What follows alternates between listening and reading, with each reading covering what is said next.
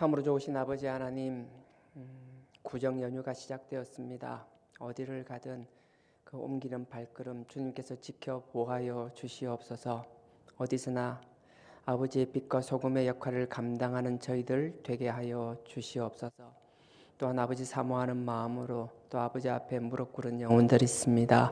아버지께서 축복하여 주시고 세상의 그 어떤 가치보다 아버지를 사랑하는 그 신앙 안에서 살아나갈 수 있는 저희들 되게 하여 주시옵소서. 많은 만남과 교류가 있는 때입니다. 세상의 가치관에 휩쓸리는 저희들 되지 않게 하여 주시옵소서. 예수님의 이름으로 감사하며 기도드렸사옵나이다. 아멘. 다 같이 신앙 고백 드리시겠습니다.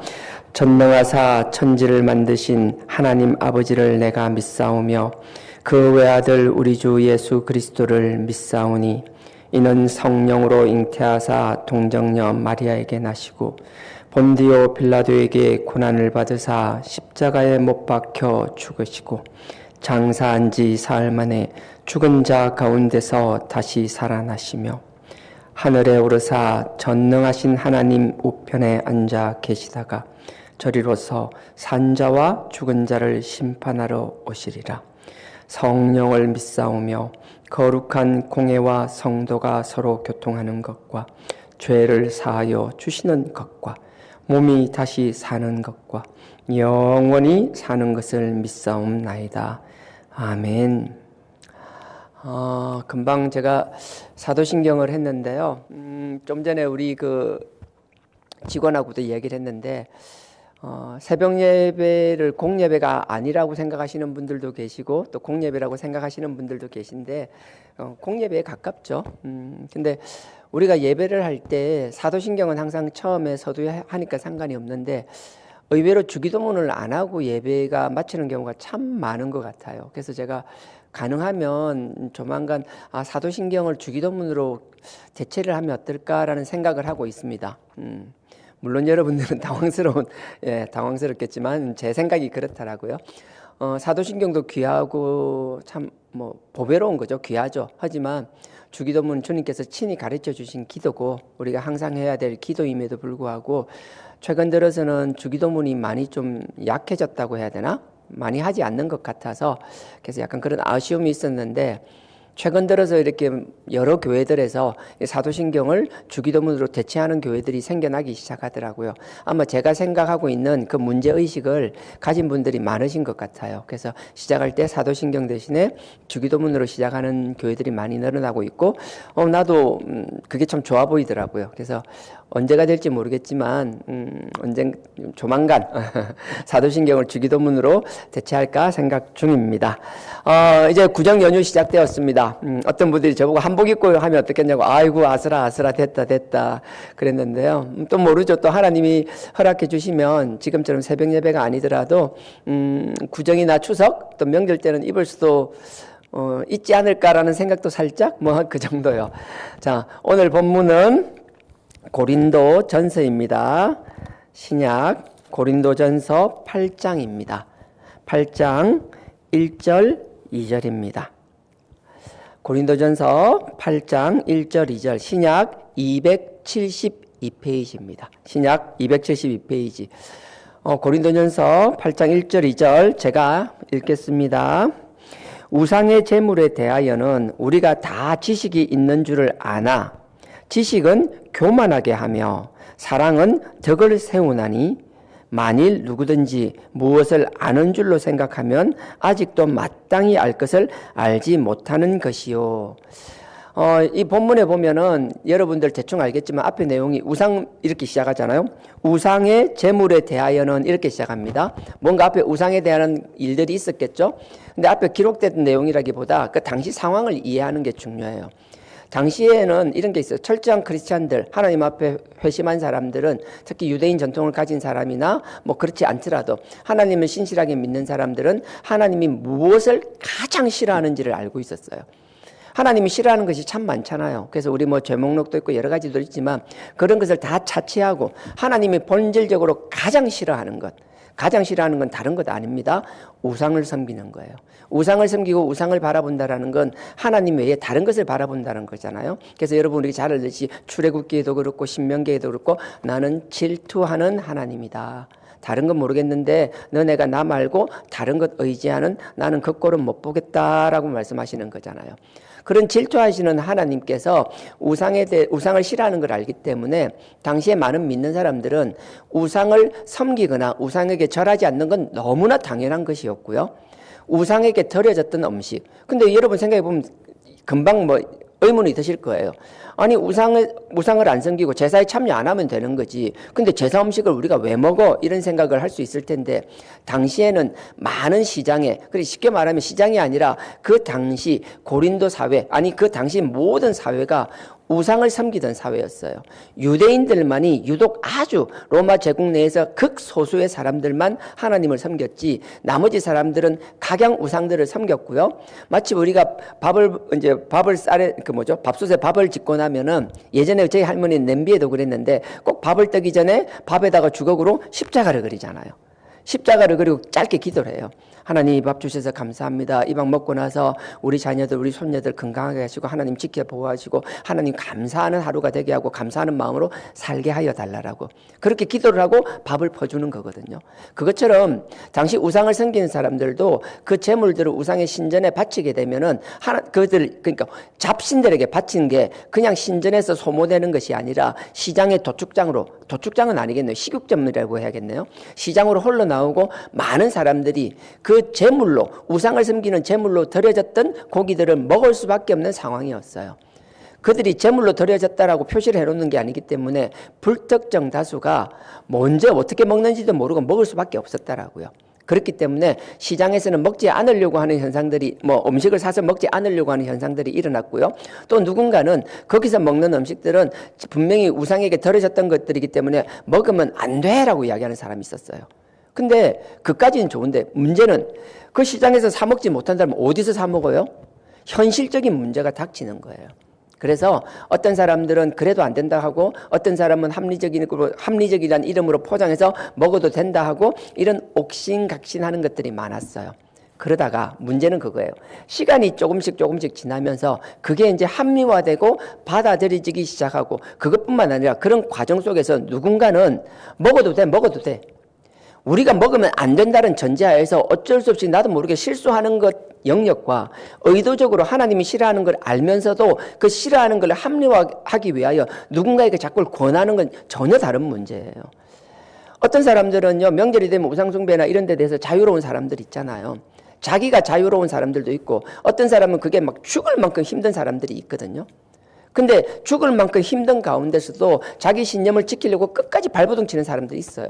그렇게 발버둥 치다가 정말 한계에 도달해서 어떻게 할 수 없어 가족관계나 여러 가지 문제 때문에 너무 힘들기 때문에 하나님 앞에 너무나 죄송하고 미안하지만 어쩔 수 없이 양보하고 타협하고 그 어떤 모르겠어요. 행위라고 해야 되나? 어떤 관계를 유지하는 경우가 생기는 경우가 실제로 있어요.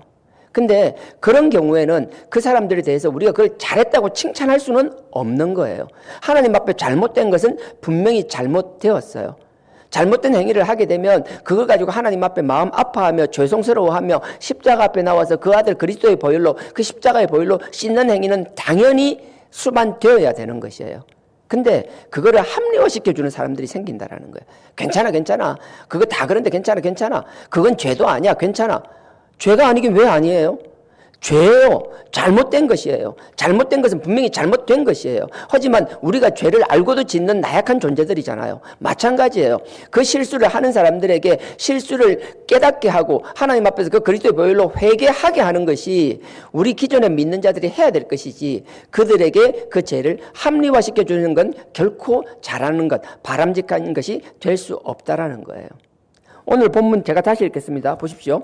고린도전서 8장 1절입니다. 우상의 제물에 대하여는 우리가 다 지식이 있는 줄을 아나 우리가 우상에 대해서는 먹지 않아야 된다. 하나님 앞에 하나님 외에 다른 우상에게 절하면 안 된다. 다 안다라는 그 지식이 다 있다라는 거예요. 근데 보십시오.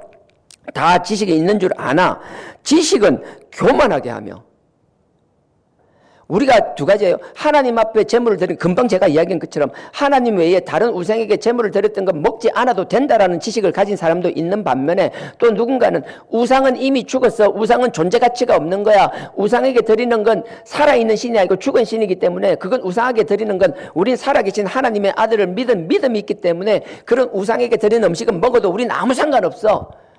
영적으로 막 아주 그냥 거장이 되어서 그런 영적인 문제에 대해서 초월한 믿음을 가진 사람들, 정말 믿음의 거장 같은 사람들이죠. 물론 그런 사람도 있을 수 있어요. 그 사람 말 들어보면 그게 합리적이고 맞는 말 같아요. 여러분들 우리 신앙생활 할 때 조심해야 될 게요, 바깥 세상에서는 합리적이라는 게 정말 중요해요. 합리가 얼마나 힘 있는 건지 몰라요. 객관이라는 게 얼마나 힘이 있는지 몰라요. 하지만 신앙에서는 합리와 객관이 아니라 하나님의 뜻 가운데 살아야 된다라는 거예요. 논리적으로 따지면 하나님 앞에 드린 죄송해요. 자꾸 제가 하나님이라는데, 우상 앞에 드렸던 재물을 우리가 먹는다고 해서 그것 때문에 뭐 지옥 가냐 뭐 가냐, 얼마든지 우리 신학적으로 그렇게 합리화할 수 있는 것들이 근거도 있고 합리화할 수 있어요. 하지만 잘 보십시오. 우리가 그렇게 함으로 해서 나는 그것을 감당할 수 있는 사람임에도 불구하고 그것을 감당하지 못하는 사람이 혹이라도 있다라면, 내가 호기롭게 나는 충분히 이해했다라고 나는 합리화하는 그 합리화가 나는 어떨지 모르겠지만 누군가를 죽이는 칼이 될 수 있다라는 거예요. 그 뒤에 한번 보실래요? 9절입니다. 고린도전서 8장 9절입니다. 그런즉 너희 자유함이 약한 자들에게는 거치는 것이 되지 않도록 조심하라. 너는 믿음이 거창하고 대단해. 나는 우상에게 드려도 이건 우상이 아니야. 난 살아계신 하나님은 그 믿음으로 뭐 그 정도는 아무렇지도 않아. 당신이 그만한 믿음이 있었다 할지라도 당신이 확신하고 나름대로 합리화시키고 객관적으로 합리화시키고 스스로를 합리화하는 그것이 당신에게는 큰 문제가 되지 않을지라도 그 행위를 보고 믿음 없는 자가 그러니까 따라가서는 금방 귀신에 밥 될 사람들이 아무 의미 없이 따라 흉내내다가 누군가에게 거치는 돌이 된다라면, 당신이 거치는 자가 된다라면 함부로 말을 그렇게 해서는 안 된다라는 거예요. 우리 기준의 옳고 그름이 아니라 하나님께서는 우리의 생각과 말과 행동의 결과 때문에 누군가가 영향을 받게 된다라면 우리의 생각과 우리의 행동을 조심하라라고 경고하시는 말씀이라고요. 그 뒤에 보십시오. 13절 마지막 절입니다. 8장 13절도 이렇게 말씀하십니다.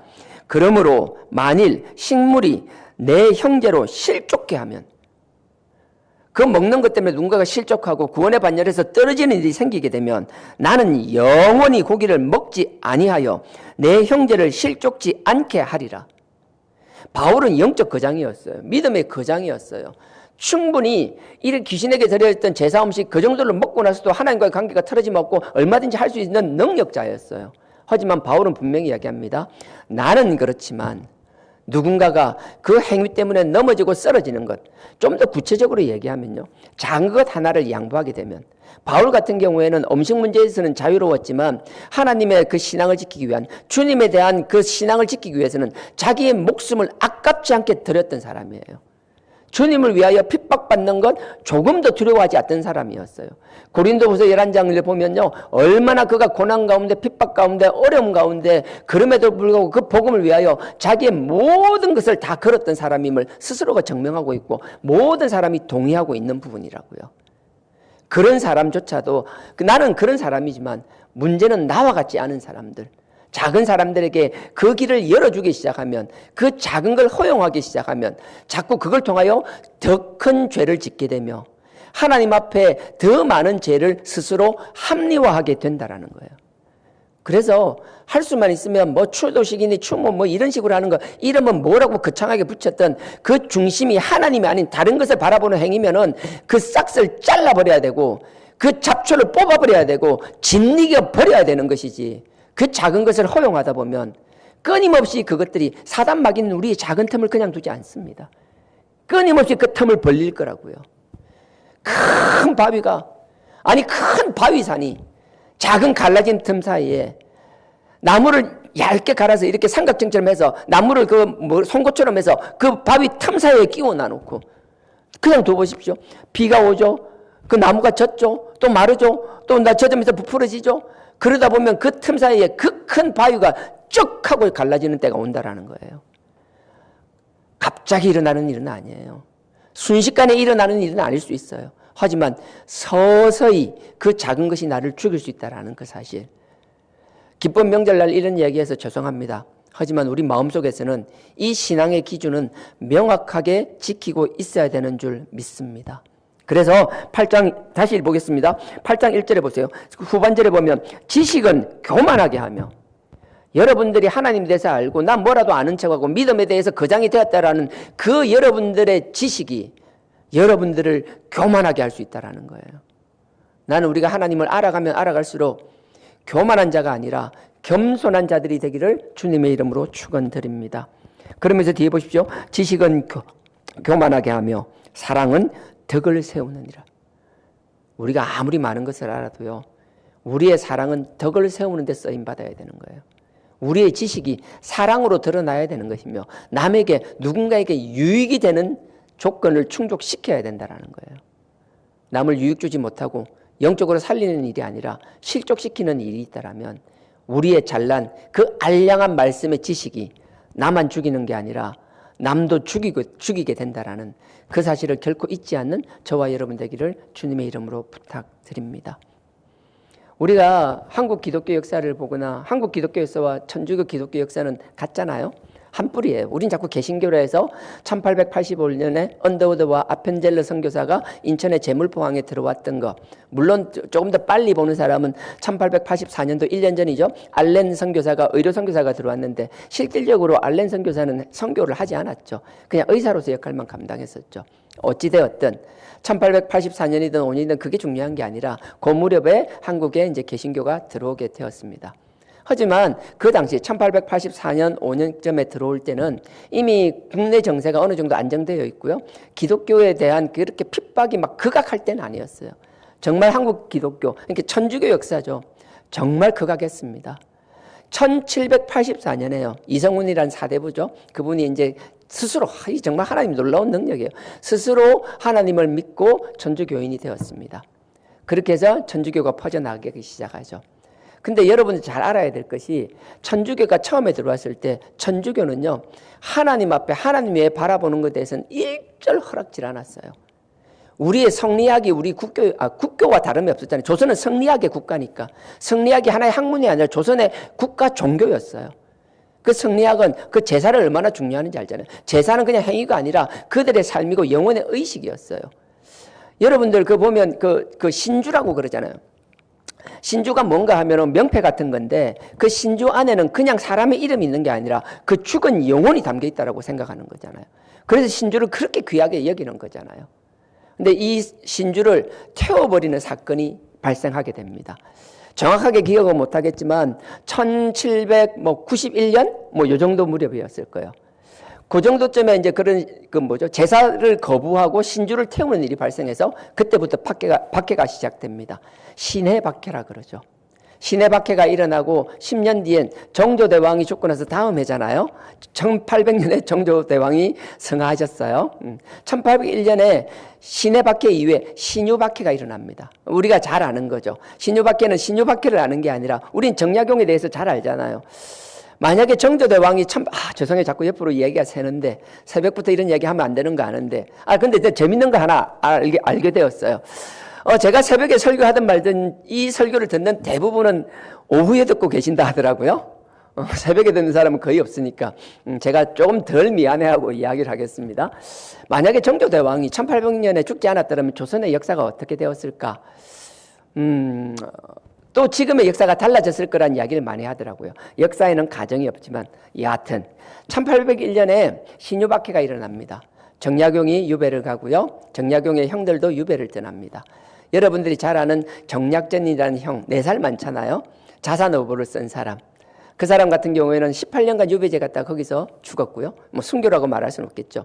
근데 정약용의 바로 위의 형, 2살 많은 형, 정약종은 믿음의 결기가 대단했어요. 자기 때문에 집안이 멸문지화 당하는 걸 알면서도 신앙을 꿋꿋이 지켰어요. 당시 사대부가 누리는 모든 걸 포기하고 자기의 권리뿐만 아니라 집안을 송두리째 뽑아버리는 것도 저는 그렇게 못할 것 같아요. 그러고 나서 순교를 선택합니다. 순교를 선택하면서 죽는 그 마지막 자리까지 나는 땅을 보고 죽는 것이 아니라 하나님을 바라보고 죽겠다고 해서 그 목이 베이는 그 상황에서도 하늘을 보고 누워서 목 베임을 당했습니다. 신유박해 때는 그뿐만 아니라 많은 사람이 죽었죠. 그 이후에 기해박해가 있었고요. 병호박해가 있었고 우리가 너무 잘 아는 병인박해가 있었습니다. 병인박해 때는요. 황선대원군 시절이었어요. 제 기억에 맞다면 1866년 무렵인 거로 기억하고 있습니다. 그 무렵에 황선대원군이 천주교라는 이름으로 사람을 보이는 대로 잡아 죽여라라고 명을 했고요. 기록상으로 확인되는 게 8,000건 이상, 최소 10,000명 이상이 그 박해에서만 순교당했습니다. 천주교는 우상을 섬기지 않기 위하여, 제사를 드리지 않기 위하여 많게는 2만 명이라고 이야기도 하는데 최소 12,000~13,000명은 넘어간 것은 확실한 것 같아요. 그 많은 사람의 핏값으로 하나님을 향한 신앙을 지켜왔습니다. 가톨릭은 그런 신앙을 지켜왔는데 여러분 지금 아시잖아요. 가톨릭은 제사를 드립니다. 제사를 허용했습니다. 지금 많은 의식이 있는 신부들 가운데서 그런 얘기를 해요. 우리가 한국 그 가톨릭 역사 가운데 하나님 앞에 그 우상을 섬기지 않는 큰 유산이 있는데 정말 어디 내놔도 자랑스러운 그 무엇하고도 비교되지 못할 큰 유산이 있는데 그 유산을 지키지 못한 것이 너무 가슴 아프다라고, 너무 하나님 앞에 부끄럽다라고 그들은 그렇게 이야기합니다.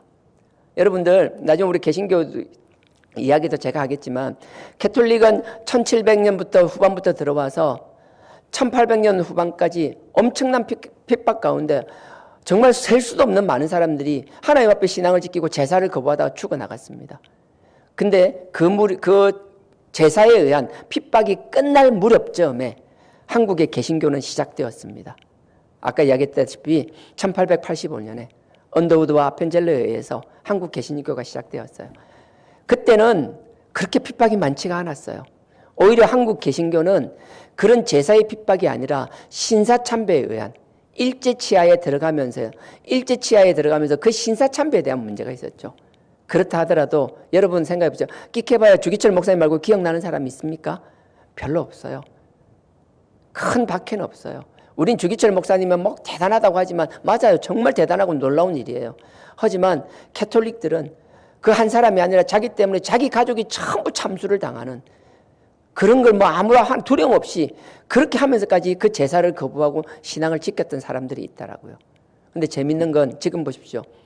뒤늦게 주기철 목사님이나 그런 정말 하나님 앞에 그 결기를 가진 그 우상을 멀리하고 우상 앞에 머리 숙일 수 없다라는 뭐 국민 의례니 뭐니 뭐 여러 가지 말들로 합리화하고 있었지만 그런 어떤 합리화도 하나님을 향한 우리의 중심은 꺾을 수 없고 흔들 수 없다라고 저는 확신합니다.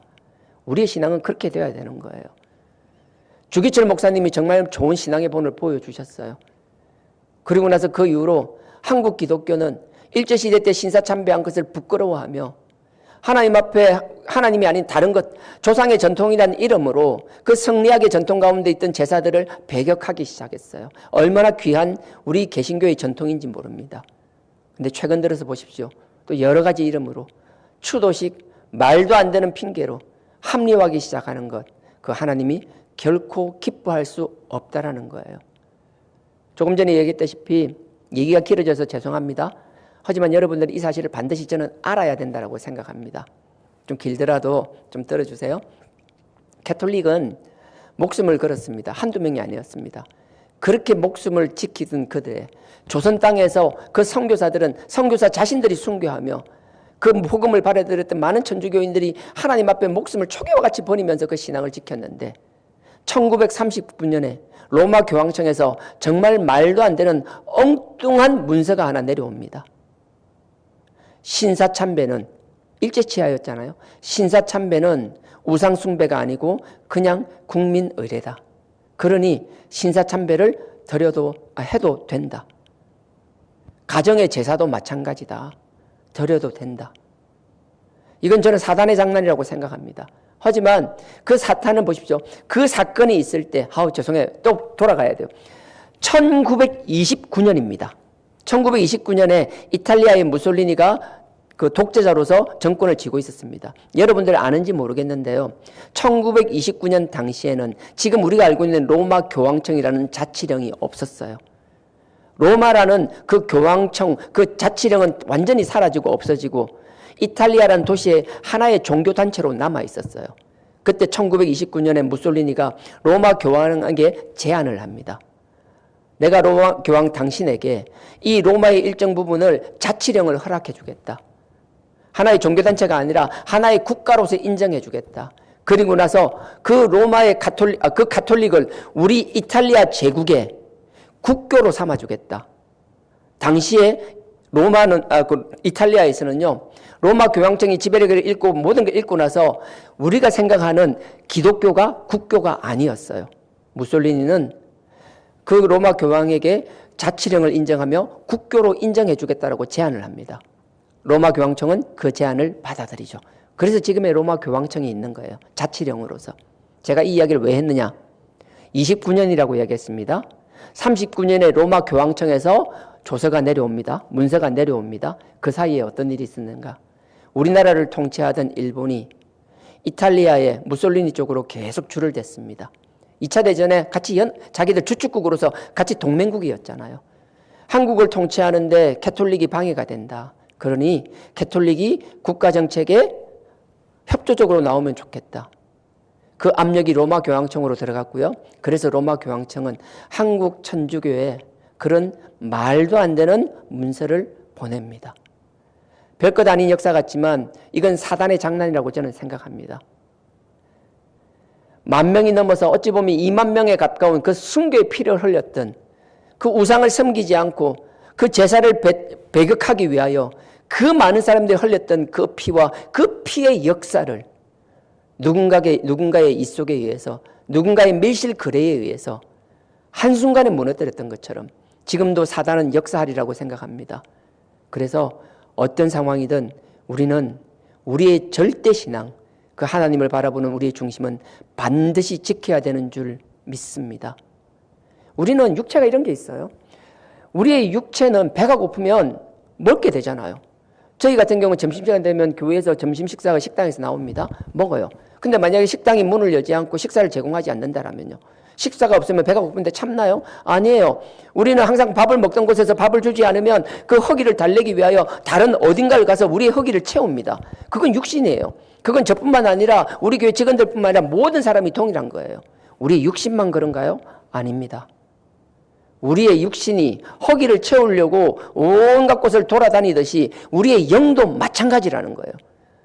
영도 우리가 영적으로 채워지지 않으면 영적 허기를 달래기 위하여 이곳저곳 기웃거리면서 온갖 잡것들을 먹기 시작한다라고요. 우리가 아무거나 잘못 먹으면 속이 탈이 납니다. 알잖아요. 식중독 걸려요. 굉장히 고생합니다. 영도 마찬가지예요. 우리가 먹지 말아야 될 영적인 음식들을 먹기 시작하면 영적으로 탈이 날 수밖에 없는 거예요. 조금 먹었을 때 탈이 나지 않는다라고 분명히 식중독이 나고 탈이 날 음식을 계속 먹게 놔둬야 되나요? 아니요. 그럴 수 없는 거예요. 아주 조금 먹었을 때도 상관없지만 그걸 계속 먹게 된다면 아니 많이 먹게 된다면 반드시 탈이 날 수밖에 없다라는 거예요. 그러니 우리는 영적으로도 사람들이 기웃기웃거리지 않게 하기 위하여 저도 그렇고 우리 교회 사역자도 그렇고 세상에 많은 교회들이 있지만 다른 교회는 저는 모르겠어요. 우리 주하나 교회만큼은 영적으로 탈이 나지 않는 하나님께서 우리에게 주신 건강한 하나님의 말씀만 그 영적인 음식만 선포되어야 된다고 저는 확신합니다. 부족하지만 그렇게 하려고 할 것이고요. 여러분들도 하나님이 주시는 그 말씀을 사모하는 것이지 영적으로 마치 그냥 먹어서는 안 될 음식을 기웃기웃거리지 않기를 주님의 이름으로 축원드립니다. 여러분들이 영적으로 기웃거리는 것 다 제 잘못일 거예요. 우리는 그렇지 않지만 만약에 그런 일이 생긴다라면 누군가 그런 사람이 있다면 저의 잘못이라고요. 여러분들이 영적으로 허기지게 만들었기 때문에 그런 것이라고요. 아무리 교회 프로그램이 많고 여러 가지 많은 교육적인 것, 제가 많은 책들을 읽고 책의 지식들을 여러분들의 지식을 전달하고 많은 학문적인 것들을 여러분들한테 전달한다고 할지라도 그것이 여러분들의 영적인 갈급함을 채워줄 수는 없다라는 거예요. 우리는 영적인 존재들입니다. 하나님이 영적인 존재로 만드셨습니다. 우리의 영적 갈급함은 하나님의 말씀과 성령님을 통하여만 해결될 줄 믿습니다. 그러니 우리는 여기저기 자꾸 기웃거리는 거 좋잖아요. 그래서 하나님의 말씀 사모하며 하나님의 성령님을 사모하며 하나님과의 끊임없는 기도의 관계가 얼마나 중요한 것인지. 목사님, 구정명절 이 좋은 날 왜 자꾸 분위기 깔아지게 그런 소리 하고 계세요? 맞아요. 죄송해요. 하지만 구정이기도 하지만 또 새로운 한 해의 시작이기도 하고 또 많은 사람과의 교류가 있는 자리입니다. 원통 원치 않던 많은 사람을 만나게 되면 또 우리가 영적으로 탁해질 수도 있는 거예요. 그러니 그럴수록 우리의 영적 기준을 명확하게 세우는 저와 여러분들이 되기를 주님의 이름으로 부탁드립니다. 영적으로 갈급하다고 배고프다고 이것저것 먹지 말아야 될 것까지 먹으며 또 여러분들이 특히 조심해야 될 것, 내가 하나님에 대해서 말씀에 대해서 조금 안다라고 해서 그 지식이 사랑으로 누군가를 살리는 덕을 세우는 지식이 아니라 누군가를 죽이며 그 하나님과의 관계에서 작은 틈이라도 벌어지게 하는 행위를 하고 있다면 깨닫고 우리는 침묵해야 될 것이며 입을 닫아야 되는 줄 믿습니다. 바울은 사역을 뭐라고 정의했는가 하면요, 고린도전서 지금 우리가 보고 있었잖아요. 고린도후서 이것만 보고 마치겠습니다. 고린도후서 11장입니다. 바로 뒤에 있죠. 고린도후서 11장입니다. 고린도후서 11장 297페이지입니다. 297페이지입니다. 자, 11장 1절부터 3절까지 제가 읽겠습니다. 자, 1절. 원컨대, 내가 원한다라는 거예요. 원컨대 너희는 나의 좀 어리석은 것을 용납하라. 용납하라. 청컨대 나를 용납하라. 계속 너희들에게 부탁하지, 나를 용납해 달라는 거예요. 내가 좀 어리석어 보일 수도 있다라는 거예요. 하지만 나의 어리석음을 용납하라는 건 너희가 볼 때 내가 하는 말이 어리석어 보이는 것 같지만 그 말을 새겨 들어야 된다라는 거예요. 너네 지식으로 생각할 때는 어리석은 그 어리석은 것 같은 그 말씀이 너희 영을 살리는 말씀이라는 거예요. 우리가 영적으로 온전하지 못한다라면요, 하나님의 말씀은 항상 부대끼게 돼 있어요. 우리는 영적인 존재이기 때문에 우리가 하나님을 사모하는 영이 아니면 하나님의 말씀이 선포되면 말씀을 멀리합니다. 하나님 외에 다른 것을 자꾸 보고 의지하게 만듭니다. 나는 저도 그렇고 우리 모두가 영적으로 깨어있기를 주님의 이름으로 축원드립니다. 2절입니다. 2절이 사실상 오늘 본론이에요. 자, 내가 하나님의 열심으로, 제가 너무 좋아하는 말, 뭐 성경에 안 좋은 말씀이 어디 있어요? 다 좋은 말이죠. 하지만 이 하나님의 열심이 좋아요. 나는 여러분들이 삶의 자리에서 최선을 다하고 열심히 살기를 항상 원하고 응원하고 그렇게 격려하고 있습니다. 하지만 우리의 열심이 아무리 열심을 낸다 하더라도 하나님의 열심과 함께 하나 되지 못한다라면 우리의 열심은 아무 의미가 없다라는 거예요. 분명히 아십시오. 우리가 열심히 해야 되는 이유, 열심히 살아야 되는 이유, 하나님의 열심이 지금도 열심을 다하여 우리를 돕고 계신다라는 것. 우리는 혼자가 아니라 하나님의 열심에 의하여, 그 하나님의 열심에 의하여 우리가 살아나가고 있다는 그 사실을 잊지 않기를 부탁드립니다. 2절 제가 다시 읽겠습니다. 내가 하나님의 열심으로 너희를 위하여 열심 내노니.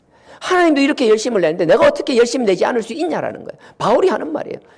하나님의 열심 때문에 나도 열심을 낼 수밖에 없다라는 거예요. 저도 지금 입술에 물집 잡혔어요. 나름의 최선을 다하고 있다는 거예요. 열심을 내노니 내가 너희를 정결한 처녀로 한 남편인, 보십시오, 그리스도께 드리려고 중매함이로다. 바울의 사역이 뭐죠? 여러분들을 그리스도께 중매한다라는 거예요. 제가 해야 될 일이 뭐죠? 여러분들을 다른 사람이 아니라 여러분들 보기에 막 식스팩 있고 키 크고 잘생기고 그런 남자 바라보게 하고 정말 막 아름답고 막 여리여리하고 막 여성스럽고 여자스럽고 그런 여자를 바라보게 하고 그런 것들이 아니라 여러분들이 영적으로 오직 그리스도만 바라보며 그리스도의 신부가 되게끔, 여러분들을 그리스도의 신부가 되게끔 중매를 놓는 게 바울의 역할인 것처럼 지금 저의 역할도 마찬가지인 거예요. 여러분들이 다른 것을 바라보는 것이 아니라 여러분들 우리 삶의 자리에서 물리적인 육체 가운데서는 우리 삶의 자리에서 해야 될 일들이 산재해 있잖아요. 정말 수없이 많잖아요. 그럼에도 불구하고 영적인 우리 자아들은 그리스도의 신부가 되게끔 인도하는 것, 끊임없이 그리스도를 소개하며 하나님과 그 십자가 선명한 예수 그리스도의 보혈을 여러분들에게 소개하는 것, 아니 정확하게 말하면 선포하는 것, 그게 저의 사명이라는 거예요. 여러분들도 이 명절 가운데 들뜨잖아요. 들뜬 가운데서 우리가 막 기분이 들뜨다 보면 누구나 말이 많아져요. 우리는 모르겠어요. 말이 원래 많은 사람도 있고 말이 없는 사람도 있지만 말이 없는 사람이라면 상관없겠죠. 이번 명절은 가능한 한 말을 죽이고 듣는 귀를 열고 그들을 위하여 기도할 수 있는 우리 주하나교회 성도님들이 되기를 주님의 이름으로 부탁드립니다. 그러고 나서 보십시오. 그리스도께 드리려고 중매함이 2절 그렇게 끝납니다. 3절에요. 뱀은 사단입니다. 창세기 3장 15절에 그 사단이 그 관계로 이와는 이게 사실 오자예요. 그냥 하와예요. 하와. 이와가 뭐 오자라고 볼 수는 없겠지만 그 하와를 말합니다. 하와를 미혹해 한 것 같이 너희 마음이 그리스도를 향하는 진실함과 깨끗함에서 떠나 부패할까 두려우니라. 내가 너네들을 계속 그리스도께 소개하고 그리스도와 맺을 수 있도록 중매하려고 하는데 자꾸 너희들이 사단의 유혹 때문에 너희들이 부패라는 게 썩는 거잖아요. 그 사탄의 유혹 때문에 너네들이 썩을까가 두렵다라는 거예요. 저는 두려워요. 그런 게 있어요. 여러분들이 누군가에게 하나님 외에 다른 것을 바라보고 뭐 추도식이다 기타 뭐 여러 가지 이름으로 합리화하고 뭐 여러 가지 뭐 말도 안 되는 나 이번에 이 일 겪으면서 재작년인가 지난 일을 겪으면서 하나님 앞에 신앙생활을 수십 년간 하고 저렇게 연세 드신 분들이 정말 하나님 앞에 저 정도밖에 되지 않는가 가슴이 찢어지는 것 같았어요. 사람에 대한 실망 그런 게 아니었어요. 나는 우리 주하나교회 신앙 공동체 안에 있는 우리 하나님의 자녀들만큼은 그런 사단의 유혹에 흔들리지 않기를 주님의 이름으로 간절히 부탁드립니다. 바울이 그게 두렵대요. 여러분들이 사단의 유혹 때문에 그 미혹 때문에 여러분들이 썩어질까 봐 부패하게 될까 봐 바울이 걱정한 것처럼 저도 동일합니다. 기쁜 구정입니다. 즐거운 구정입니다.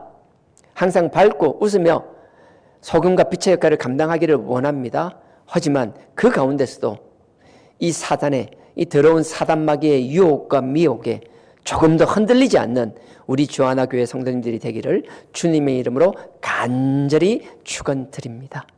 다 같이 기도드리겠습니다. 아버지 하나님, 구정을 맞아서 여러 곳으로 이동하는 분들도 있고 아닌 분들도 있는 줄 압니다. 어떤 상황이든 그 가운데서 너무 지나치게 심각하고 인상을 쓰고 분위기를 망치는 자들이 되지 않게 하여 주옵소서. 어딜 가든지 빛과 소금의 역할을 감당하는 저희들 되게 하여 주시옵소서. 화평과 화목을 이루는 자들 되게 하옵소서. 우리를 통하여 기쁨이 넘치게 하시고 즐거움이 넘치는 자들이 되게 하여 주시옵소서. 하오나 아버지, 마음이 들떠서 영까지 들뜨며 사단마귀의 유혹에 그 미혹에 넘어지는 자 한 사람도 없게 하여 주시옵소서. 주님께서 우리의 마음과 우리의 발길을 지켜주실 줄 믿사옵고 예수님의 이름으로 감사하며 축복기도 드리옵나이다. 아멘. 이제 우리 다 같이 주여 3장 부르시고 기도드리시겠습니다.